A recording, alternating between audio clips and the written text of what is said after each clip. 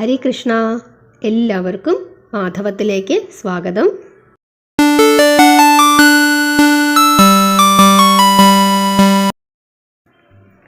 Narasimha Jayanti May 22 ബുധനാഴ്ച.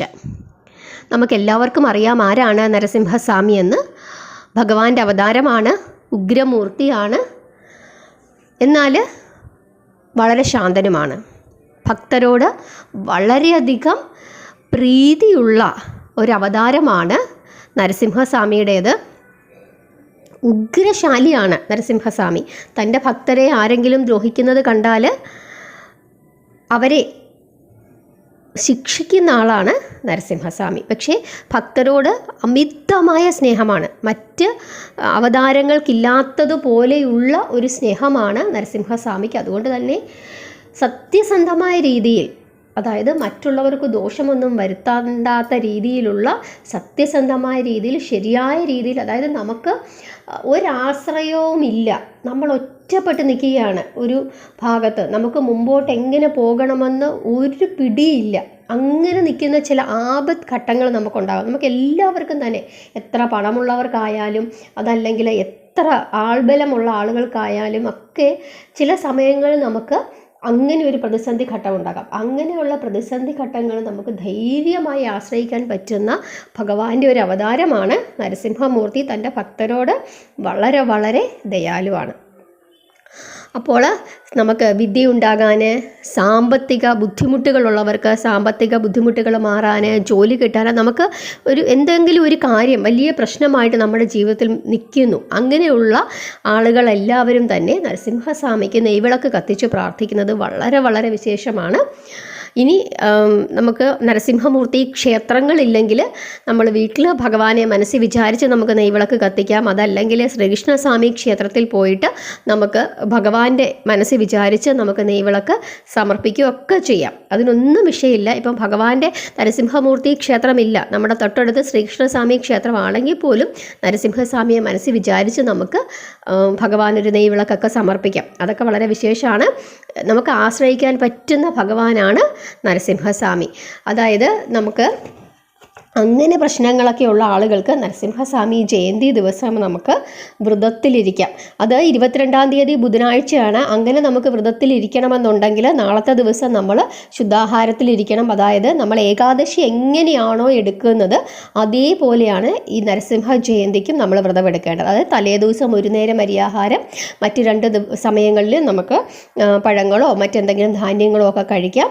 അങ്ങനെ വൈകുന്നേരം പഴങ്ങൾ കഴിക്കുന്നതായിരിക്കും നല്ലത്. പിറ്റേ ദിവസം നമുക്ക് പൂർണ്ണമായ ധാന്യങ്ങളെല്ലാം ഒഴിവാക്കിക്കൊണ്ട്, നമുക്കറിയാം ഏകാദശി നമ്മൾ എങ്ങനെയാണ് എടുക്കുന്നതെന്ന്, ആ രീതിയിൽ നമുക്ക് എടുക്കാം.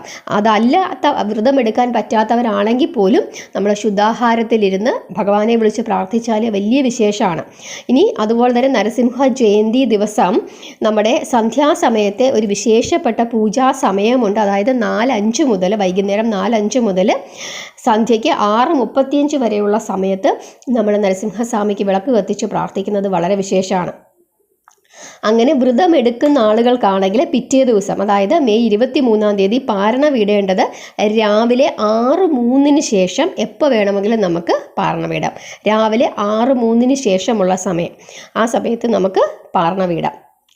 ഒരു 8 മണിക്കുള്ളിലൊക്കെ നമുക്ക് പാരണ വീടാം. 6:03 ശേഷമേ പാരണ വീടാൻ പാടുള്ളൂ എന്നുള്ളതാണ് പറയുന്നത്. അതായത് വൈശാഖ മാസത്തിൽ ശുക്ലപക്ഷ ചതുർദശി തിഥിയിൽ ചോതി നക്ഷത്രവും കൂടി വരുന്ന ദിവസമാണ് നമ്മൾ നരസിംഹ ജയന്തിയായിട്ട് ആചരിക്കുന്നത്. ശരിക്കും പറഞ്ഞു കഴിഞ്ഞാൽ ചോതി നക്ഷത്രം ബുധനാഴ്ച ദിവസം വളരെ കുറച്ചേ ഉള്ളൂ. അതായത് വെളുപ്പിനെ തീരും. നാളെയാണ് ചോതി നക്ഷത്രം കൂടുതലുള്ളത്. പക്ഷേ ചതുർദശിക്കാണ് കൂടുതൽ പ്രാധാന്യം. നമ്മൾ അഷ്ടമി രോഹിണിയൊക്കെ നോക്കുമ്പോൾ അഷ്ടമിക്ക് കൂടുതൽ പ്രാധാന്യം കൊടുക്കുന്നത് പോലെ ചതുർദശി തിഥിക്കാണ് പ്രാധാന്യം കൂടുതൽ കൊടുക്കുന്നത്. പക്ഷേ ചതുർദശിയും ചോതി നക്ഷത്രവും കൂടെ ചേർന്ന് വരുന്ന ആ സമയത്താണ് ഭഗവാൻ അവതരിച്ചത്. അന്നത്തെ ദിവസം രാവിലെ കുറച്ച് സമയം, വെളുപ്പിനെ കുറച്ച് സമയം ചോതി നക്ഷത്രമുണ്ട്. അതുകൊണ്ട് തന്നെ ഇത് രണ്ടും കൂടി ചേർന്ന് വന്നിരിക്കുന്നത് കൊണ്ട് വളരെ വിശേഷമാണ്. നാളെയും മറ്റന്നാളത്തെ ദിവസം, നാളെ ചോതി നക്ഷത്രം, അതിൻ്റെ പിറ്റേ ദിവസം നമ്മൾ ഇത് രണ്ടും കൂടി ചേർന്ന് വന്നിരിക്കുന്നത് ചതുർദശിക്ക് കൂടുതൽ പ്രാധാന്യം കൊടുത്തിരിക്കുന്നത് കൊണ്ട് നരസിംഹ ജയന്തിയായിട്ട് ബുധനാഴ്ചയാണ് നമ്മൾ ആചരിക്കുന്നത്. വെളുപ്പിനെ കുറച്ച് സമയം ചോതി നക്ഷത്രമുണ്ട്. അതുകൊണ്ട് തന്നെ പ്രാർത്ഥിക്കുന്നതിന് വളരെ വിശേഷമാണ് നാളത്തെ ദിവസവും. അതുപോലെ തന്നെ ചൊവ്വാഴ്ചയും ബുധനാഴ്ചയും വളരെ വിശേഷപ്പെട്ട ദിവസങ്ങളാണ്. നമുക്ക് ആശ്രയിക്കാം. നമ്മളിപ്പോൾ ഒരു ആപത്തിൽ നിൽക്കുകയാണ്, നമുക്ക് ചില പ്രശ്നങ്ങൾക്ക് പരിഹാരം കാണാൻ പറ്റുന്നില്ല, അങ്ങനെയൊക്കെ ഉണ്ടെങ്കിൽ നമുക്ക് ധൈര്യമായി ആശ്രയിക്കാൻ പറ്റുന്ന ഭഗവാന്റെ ഒരു അവതാര രൂപമാണ് നരസിംഹമൂർത്തി. നമ്മൾ പ്രാർത്ഥിക്കുക എന്നുള്ളതാണ് നമ്മളെ കൊണ്ട് ചെയ്യാൻ പറ്റുന്ന കാര്യം. ഭഗവാനോട് നമ്മൾ നമ്മുടെ മനസ്സുരുകി ഭഗവാനോട് പ്രാർത്ഥിക്കുക, പരമാവധി സമയം ജപിക്കുക, ഭഗവാനെ സ്നേഹിക്കുക, ഭഗവാൻ മാത്രമേ ആശ്രയമുള്ളൂ എന്ന് കരുതി ഭഗവാനിൽ അഭയം പ്രാപിക്കുക. അതാണ് നമുക്ക് ചെയ്യാൻ പറ്റുന്ന ഒരേ ഒരു കാര്യം. തീർച്ചയായിട്ടും നമ്മുടെ പ്രശ്നങ്ങൾക്കൊക്കെ ഇന്നല്ലെങ്കിൽ നാളെ ഭഗവാൻ ഒരു വഴി കാണിച്ചു തരും. ഭഗവാന്റെ സ്നേഹം നമുക്ക് എല്ലാവർക്കും ഉണ്ടാകും. നമുക്ക് ഒരു മോക്ഷപ്രാപ്തി തീർച്ചയായിട്ടും ഭഗവാൻ നമുക്ക് തരും. ഈ ജന്മത്തിൽ നമ്മൾ അനുഭവിക്കുന്ന കഷ്ടപ്പാടുകൾക്കും ദുരിതങ്ങൾക്കും ഒക്കെ പരിഹാരം ഭഗവാൻ കണ്ടെത്തി തരും.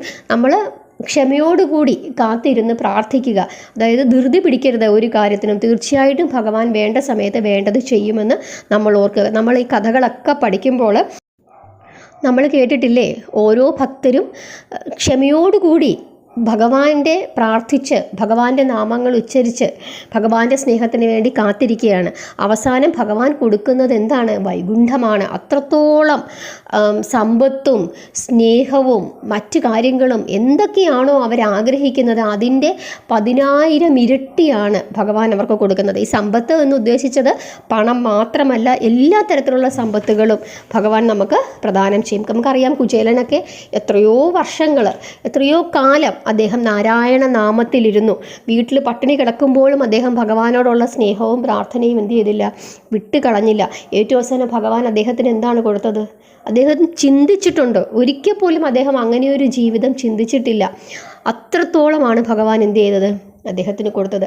നമുക്കറിയാം, വെൽപ്പത്തൂരിന് വാതരോഗമാണ്. വാതരോഗം കൊണ്ട് കഷ്ടപ്പെടുകയാണ്, വേദന എടുക്കുകയാണ്. ആ സമയത്തും ഭഗവാനെ വിളിച്ച് പ്രാർത്ഥിക്കുകയും നാരായണീയം എഴുതുകയും ജപിക്കുകയും ഒക്കെ ചെയ്തുകൊണ്ടിരുന്ന ഭഗവാന് ഗുരുവായൂരപ്പൻ എന്താ കൊടുത്തത്? അദ്ദേഹത്തിൻ്റെ വാതരോഗം മാറ്റിക്കൊടുത്തു. അപ്പോൾ അത്രത്തോളം കരുണാമയനാണെന്തെന്ന് പറയുന്നത് ഭഗവാൻ. അങ്ങനെ ഓരോരുത്തർക്കും ഓരോ പ്രശ്നങ്ങളായിരിക്കും. ആ പ്രശ്നങ്ങൾ ഗുരുരമ്മയോട് ഭഗവാൻ എന്താണ് കാണിച്ചത്? ഗുരുവായൂർ കേശവനോട് ഭഗവാൻ എന്താണ് കാണിച്ചത്? അർജുനൻ എന്താണ് കൊടുത്തത്? ഇല്ല, അങ്ങനെ ഓരോരുത്തർക്കും ഭഗവാന്റെ ഭക്തർക്ക് ഭഗവാൻ അറിയാം എപ്പോൾ കൊടുക്കണം, വേണ്ടതുപോലെ എന്താണ് കൊടുക്കേണ്ടതെന്ന് ഭഗവാൻ അറിയാം. അപ്പം നമ്മൾ എന്ത് ചെയ്യുക? പ്രശ്നങ്ങൾ ഉണ്ടാകുമ്പം നമ്മൾ 10 ദിവസം പ്രാർത്ഥിച്ചു, കിട്ടിയില്ലെന്ന് കരുതി പ്രാർത്ഥന മുടക്കരുത്. ക്ഷമയോടുകൂടി പ്രാർത്ഥിക്കുക, കാത്തിരിക്കുക. നിങ്ങൾ പ്രതീക്ഷിക്കുന്നതിൽ കൂടുതലായിരിക്കും ഭഗവാൻ നമുക്ക് തരാൻ പോകുന്നതെന്ന് വിശ്വസിച്ച് ഭഗവാനെ വിളിച്ച് പ്രാർത്ഥിച്ചുകൊണ്ടിരിക്കുക. അതല്ലാതെ ഒരു പ്രത്യേക കാര്യത്തിന് വേണ്ടി കുറച്ച് സമയത്തേക്കുള്ള പ്രാർത്ഥനയും സ്നേഹവും വഴിപാടുകളും ഒന്നുമല്ല ഭഗവാൻ ആവശ്യം. ഭഗവാൻ ഇങ്ങനെ നോക്കും, എൻ്റെ യഥാർത്ഥ ഭക്തരാരാണ്, ആർക്കാണ് എന്നോട് ഏറ്റവും കൂടുതൽ സ്നേഹം എന്ന് ഭഗവാൻ നോക്കും. നമ്മളായാലും നമ്മുടെ വീട്ടിൽ ഒരാൾ നമ്മളോട് സ്നേഹത്തോടു കൂടി വരുമ്പോൾ കാര്യസാധ്യത്തിനാണോ ഇവൻ നമ്മുടെ അടുത്ത് വന്നതെന്ന് നമ്മൾ ആലോചിക്കില്ലേ?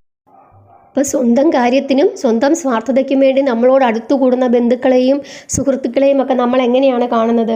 അതുപോലെ തന്നെയാണ് ഭഗവാനും ഇങ്ങനെ നോക്കും, ആരാണ് എന്നെ ഏറ്റവും കൂടുതൽ സ്നേഹിക്കുന്നത്, ആർക്കാണ് എന്നെ ആവശ്യം എന്ന് ഭഗവാൻ നോക്കും. അങ്ങനെ നോക്കിക്കഴിഞ്ഞ് ഭഗവാൻ ഒരു ഭക്തൻ്റെ കൂടെ എത്തിക്കഴിഞ്ഞാൽ പിന്നെ ആര് വിചാരിച്ചാലും ആ ഭക്തൻ്റെ അടുത്തു നിന്നും ഭഗവാനെ മാറ്റാൻ പറ്റില്ല. ആ ഭക്തൻ തന്നെ വിചാരിക്കണം ഭഗവാൻ തന്നെ വിട്ടു പോകണമെന്ന്.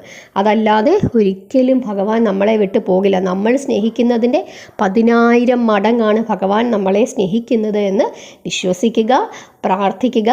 ഏകാദശികളൊക്കെ എല്ലാവരും എടുക്കുക. അതുപോലെ തന്നെ ഈ നരസിംഹ ജയന്തി ദിവസം നമ്മൾ ശുദ്ധാഹാരത്തിലിരുന്ന് പറ്റുന്നവരൊക്കെ വ്രതമെടുത്ത് ഭഗവാനെ പ്രാർത്ഥിക്കുക. എല്ലാവരെയും ഭഗവാൻ അനുഗ്രഹിക്കും, ഉറപ്പാണ്. എല്ലാവരും പ്രാർത്ഥിച്ചോളൂ, ജപിച്ചോളൂ. ഹരേ കൃഷ്ണ.